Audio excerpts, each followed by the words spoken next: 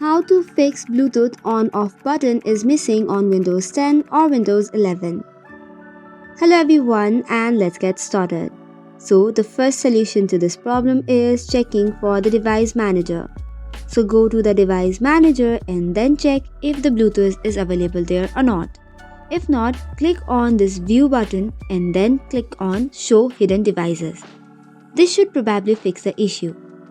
However, if this does not, the another solution that you can try is if you see the Bluetooth option, first of all go to Services System. Once you reach on the Services, then click on Any and then tap on Bluetooth. This way you will see the Bluetooth support service. Right click on it, go to its properties and make sure to check the startup type as automatic and then start it again. However, if this also does not work, let's move on to the third solution. For this, open any of your browser and search for install Bluetooth driver for your Windows. Click on the first link and download it. So that is all for today's video. For more such contents, do not forget to hit the like and subscribe button. Thank you and keep watching.